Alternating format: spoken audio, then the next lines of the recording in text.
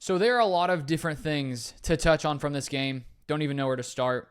From the Jordan Love injury, Christian Watson injury, those are the biggest things. Love injury being the biggest one. But I want to start off there at the end of the game. The Packers get a field goal, beautiful field goal from Brandon McManus. I felt like the Packers had won the game with that 55-yarder. He's been insane, so that was awesome to see.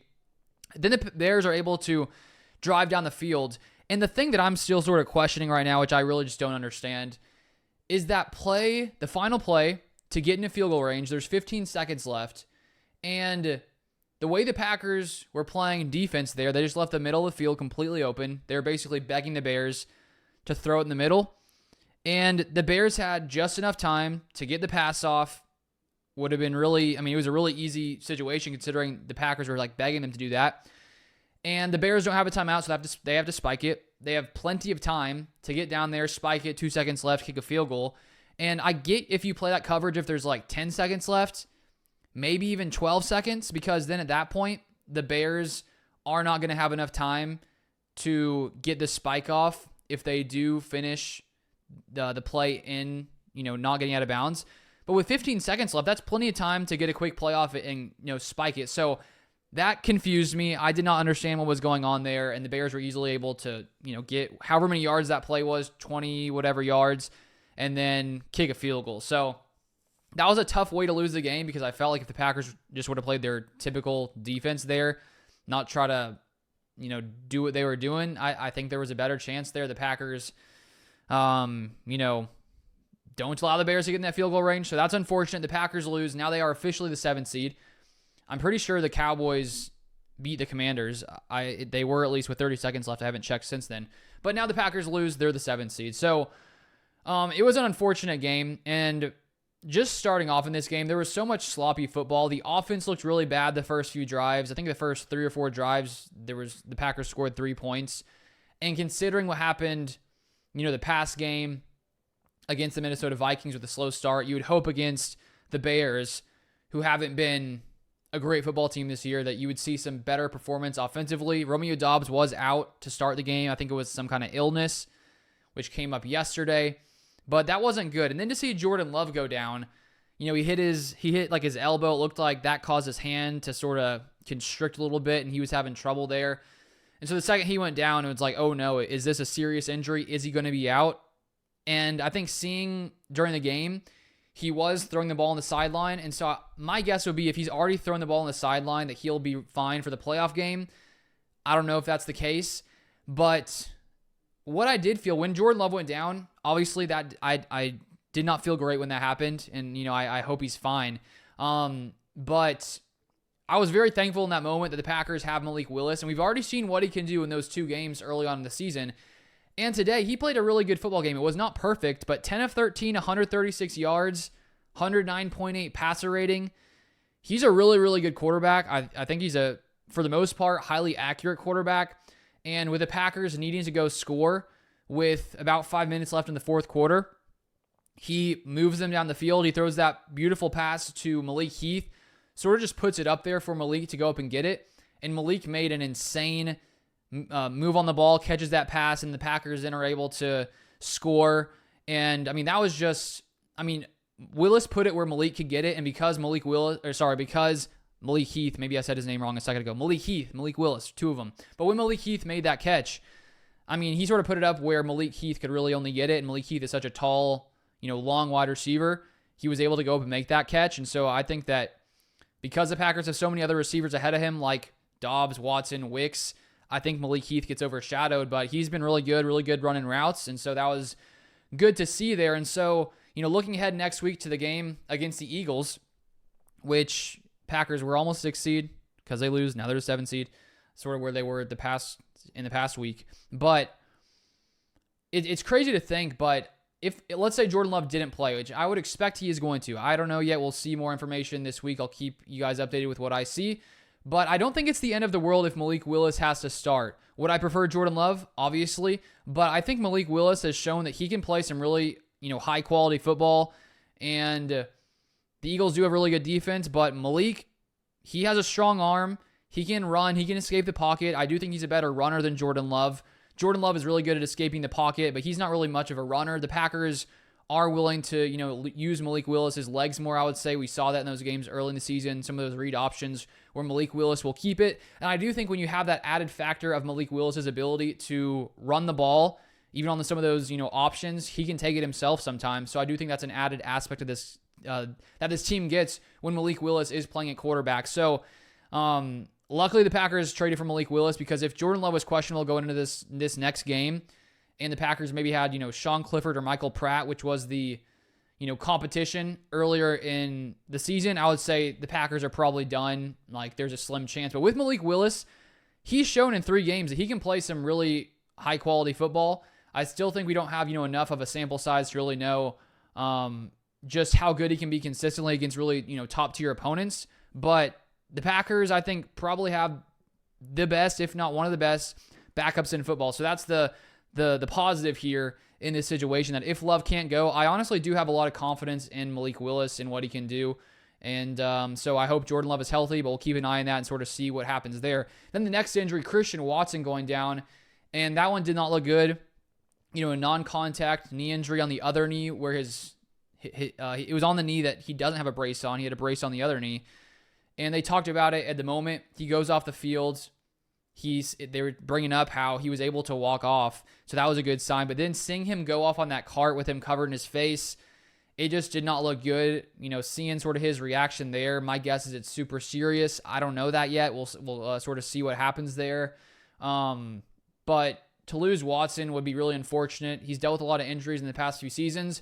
For the most part this year, he's been pretty healthy up until recently, and it's just it's tough for Christian Watson to have to experience that. And the Packers are better with Watson on the field just because of his speed, his size, his ability to, take a ball to the house. He just has that speed and that ability. So that'll be unfortunate if he can't go next week. Hopefully Dobbs is better. But Malik Willis also out there, he was without Dobbs and without Watson. So to do what he did, I think that was a pretty strong performance considering he didn't expect to play in that one. You would assume if, Malik was going to play next week, he'd have all week long to sort of prepare, where today he just sort of went in just because Jordan Love went down. So hopefully Dobbs will at least be back next week.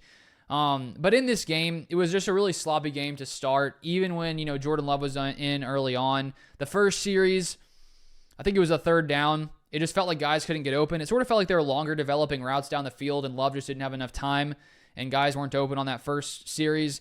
The second series, Love throws one to Watson. Watson drops it.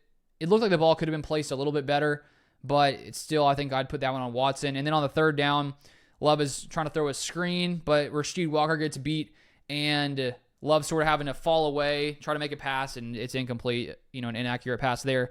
Then the Packers get a field goal on their 3rd drive, and then on the 4th drive, there's a fumble from Jaden Reed. So even when you had Jordan Love in there with the starters, it wasn't pretty. So that's not a great sign heading into Philadelphia against a team that is much better. And so the Packers struggled early last week against the Vikings. They put up some points in the second half. Today they struggled early, even when Jordan Love was healthy. So that doesn't give you a ton of confidence, seeing how poorly they played those first 3-4 drives. And this was a game where you would expect against a 4-win Chicago Bears team that you'd sort of see a bounce-back performance offensively with the guys out there. And we just didn't really see that early on. When Jordan Love was healthy in there, unfortunately. The Packers did run the ball very effectively. 33 carries, 183 yards, 5.5 yards per carry. One of the big things in this one, the special teams return, defensive return, trying to defend the punt.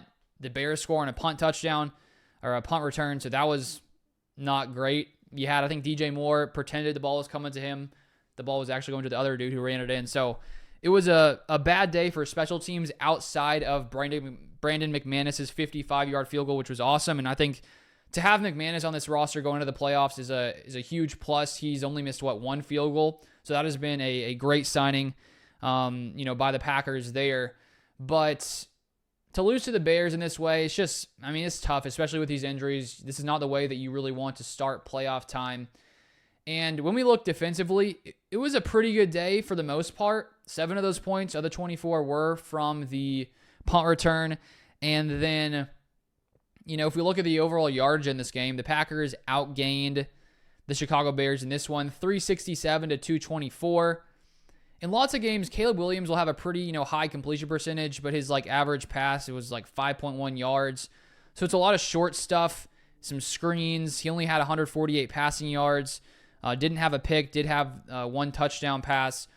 So it wasn't a great day from Caleb Williams. I think he does hold the ball for a long time. He scrambles a lot, runs sort of out of the back of the pocket, but it was enough for him to, get things going for the Bears. The one thing the Packers did do better today, they held Caleb Williams to 10 yards rushing. Last time it was around 70, the last time the Packers played them. Packers run defense pretty solid, 3.2 yards per carry. And, we did have that one play by Carrington Valentine when the Packers needed to get a defensive stop. He just goes in to make the tackle, and I think it was DJ Moore, I'm pretty sure, fumbles it. The Packers get the ball, kick the field goal. That could have been the game, but then unfortunately, on the final defensive drive, I think there's 58 seconds left. The Packers can't get a stop. It starts off with Enigbar getting the horse collar penalty. That's not a great way to start it. And then you just sort of allow the Bears to move down the field. So it was really similar to the last time the Packers played the Bears, where when the Packers needed a stop, they weren't able to get it. Last time, Carl Brooks blocked the field goal. This time, the Bears were actually able to convert the field goal. So Packers got one defensive stop the play before, or the series before. The second one, it wasn't pretty. And as I said, I did not understand that call there with 15 seconds left just to keep the middle of the field wide open. I don't get that decision there. So going forward, we are heading into the playoffs. I feel like, I wish I felt a lot better heading into the playoff time, with the Packers having some momentum. And now to lose the past two, to lose to the Vikings, a really good team, to now lose to the Bears, who are a 5-win team, to have concerns about, your quarterback, Jordan Love, and Christian Watson. It's just a lot of unfortunate things right now. But as I said, luckily, if Malik Willis did have to go, I'm pretty confident in what he can do. And I think the Packers can still put up points with Malik Willis, as we saw today. I think with Jordan Love, before he went down, Packers had 3 points, and then Malik came in. He led a couple of different touchdown drives. And so, it's good to have a backup that you at least have some hope in. Because a lot of other guys in the NFL, you'd say there's no chance. I would at least give the Packers a chance if the Packers had to play with Malik Willis. I think he's a really talented quarterback. And there was that one pass, I think it was the first series he was in on. I think it was to Tucker Kraft on a third down. But he really just, it was one of the prettiest passes I've seen all season long. It was just, the accuracy was insane on it. He had a lot of strength on the ball, a lot of speed in the ball, got it to Kraft. So, as I said, I really do like what Malik Willis has done. And I was just looking up before this video, in his 3 games this year, where he has at least 10 attempts. Here are his passer ratings: 126.8, 120.9, and 109.8. So it could be much worse. He's been very effective, very efficient as a passer in the games he's played in. So those are my thoughts. I'll be out with more thoughts throughout the week, and I'll touch on the different injury updates. We'll see as we head into the playoffs. But thank you guys for watching, and I'll see you guys next time.